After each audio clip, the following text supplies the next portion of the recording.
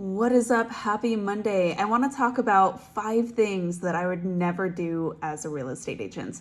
I've actually got to make this quick because I am on a break from a virtual training workshop that I am taking to make sure that I'm learning new skills to better manage and grow my team as well. So I'm going to get back to that in just a couple minutes, but I love doing these Monday musings.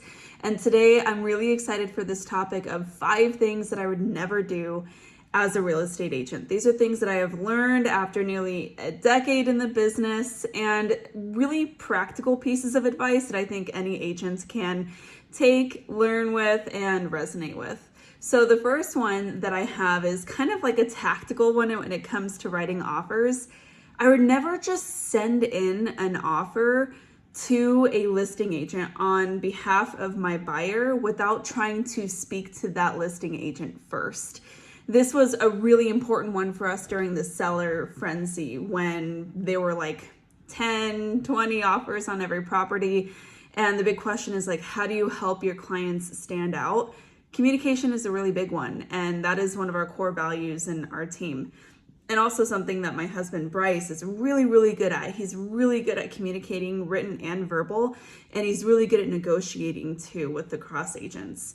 And so he is a master at detailing these awesome email templates and presenting offers in a really cool way. But we also always take an extra step to try to communicate verbally with the listing agent side before sending over an offer to really make sure that there isn't anything we're missing. Like, are there any terms besides price point that are really important to your sellers? And how can we really make this a great offer from the get-go? The longer you take negotiating back and forth, just silly little terms on counteroffers, the more time there is for someone else to swoop in and then a bidding war to ensue, even in a more balanced market. Number 2, I would never send in our clients to an open house without us. So number 1, we almost always, as a general rule, get employment agreements signed like a buyer broker with our buyer clients. And regardless of how far out they are, if we have a commitment to work with them, we're going to get that signed. And so, yes, we do have that protection in place, but to avoid any confusing scenarios or just conflicts that are uncomfortable for everybody involved, we always set the expectation with our buyers that, hey, go into open houses if you'd like, but these are the things that you need to know. You need to know that if you want to purchase that home, we need to be involved with that process. That means we need to be the first ones to escort you there. We need to be there at the open house. We're always happy to meet you there at the open house.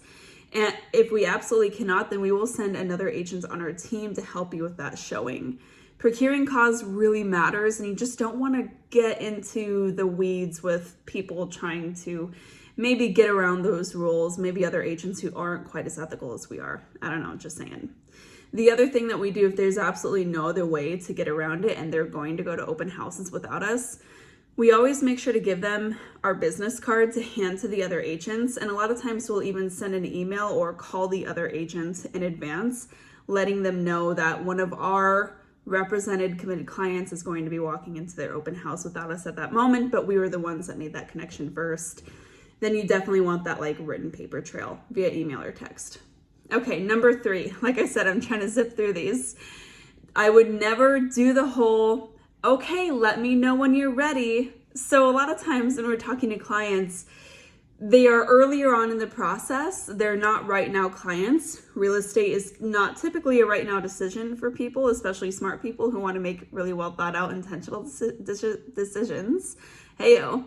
And if we have buyers who reach out to us who are thinking about, purchasing in the next 12 months, but they just signed a lease, or looking to sell and they need to figure out a few things and they're not looking for about 6 months, I would never leave that conversation saying, okay, sounds great. Now let me know when you're ready and I'll show up and put a sign in the yard, or we'll schedule house showings. Like, I would never do that.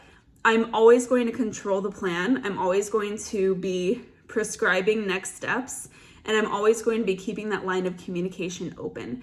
This is why you automate your follow-up. This is why you systemize your client onboarding. There's so many different checkpoints and ways that you can provide value to clients, even if they aren't ready right now, because here's what we see all the time. no matter what, I think 95% of the clients who have ended up purchasing or selling with another agent instead of us, even if they spoke to us first, they just didn't realize that they were a lot earlier on in the process than they realized, which means they maybe thought that they were like 6 months out, and suddenly they see the perfect house because they walk into an open house, or they see it online and they didn't want to bother us because they didn't think they were ready.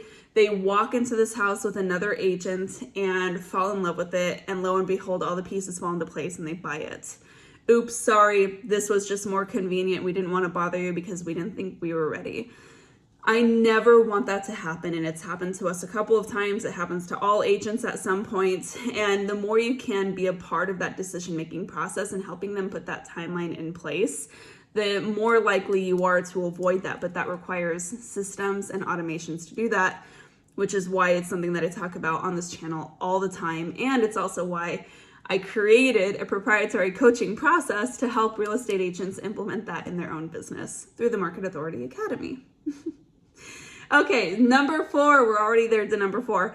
Number 4, I would never assume that people in my database don't want to refer me. So here's what I mean. A lot of times real estate agents will come to me saying, oh, Steph, I have a really small database. Most of my people aren't looking to buy homes, or I only know like 30 people in my town. I think I need other types of lead generation to get me through and help get my business growing. You would be shocked at how much business you can actually procure from having just a couple of the right referral partners in place. And we have seen getting repeat business from clients. We have gotten referrals from clients that we never thought that we would get, from like friends and family, people who we went to high school with 15, 20 years ago.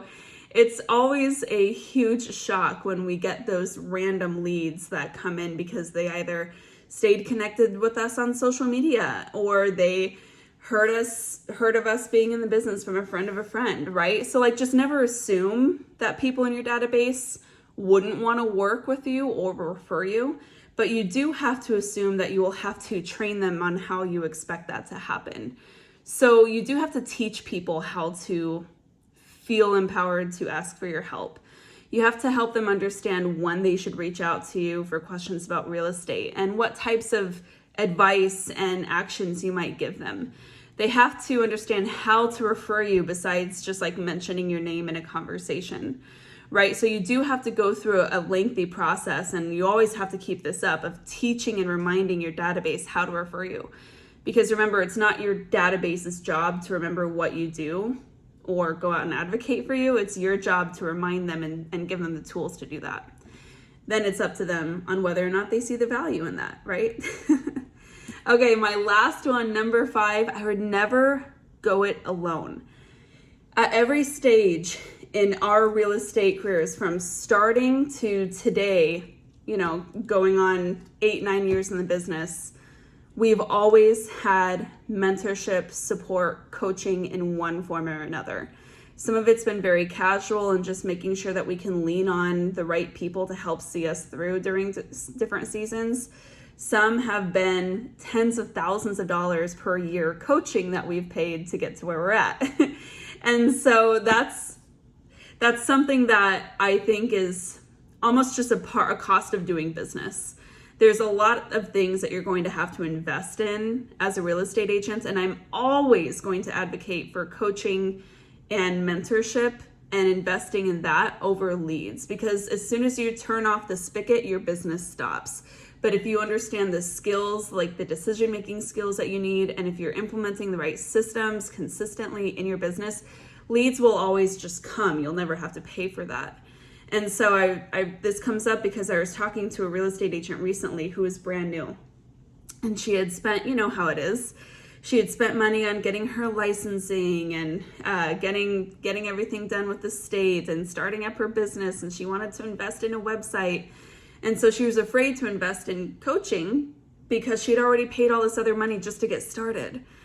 And what that individual is going to find, more than likely, is that the most costly thing that you can do, especially in your early years as a real estate agent, is put off that coaching and mentorship. It is so expensive to have to learn mistakes on your own and learn through different lessons that we've all already gone through before and we can help you avoid. And that's one reason why I'm so passionate about coaching and mentoring myself, because I've seen what it's done to my business. If you want to get further faster, if you want to grow your business more quickly, if you want to do more business, if you want to do more deals and have a lot more time and energy while you're doing it and actually like have some sense of balance in your life, then that's the key ticket. It's not a new marketing platform. It's not paying for Facebook ads. My God, it's not all these other things that everybody wants to just take your money for in the real estate industry. It's investing in yourself and making sure to understand what tools you actually need. And a lot of times the tools you actually need are soft skills. You need to understand how to delegate, how to convert leads, how to attract leads. You need to understand how to get somebody off the fence. This is what happens in coaching and mentoring. And again, why I'm such an advocate of this. I'm always going to say, you know, it's a lot easier to convert a lot more business than generate a lot more business. And so if you're always focusing on the right things, you're going to have more business than you know what to do with. So now I'm curious, isn't this a fun conversation?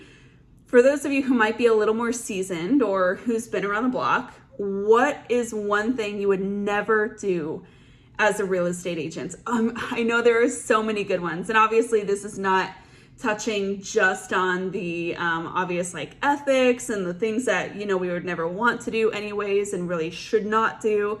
But just in terms of like little tips and tricks that you've picked up along the way, I'd love to hear what is one thing that you would never do as a real estate agent. Leave it in the comments if you're into it. Hope you enjoyed this quick little chat, and I hope you have an amazing start to your week. We'll talk soon. Till then, keep on crushing it.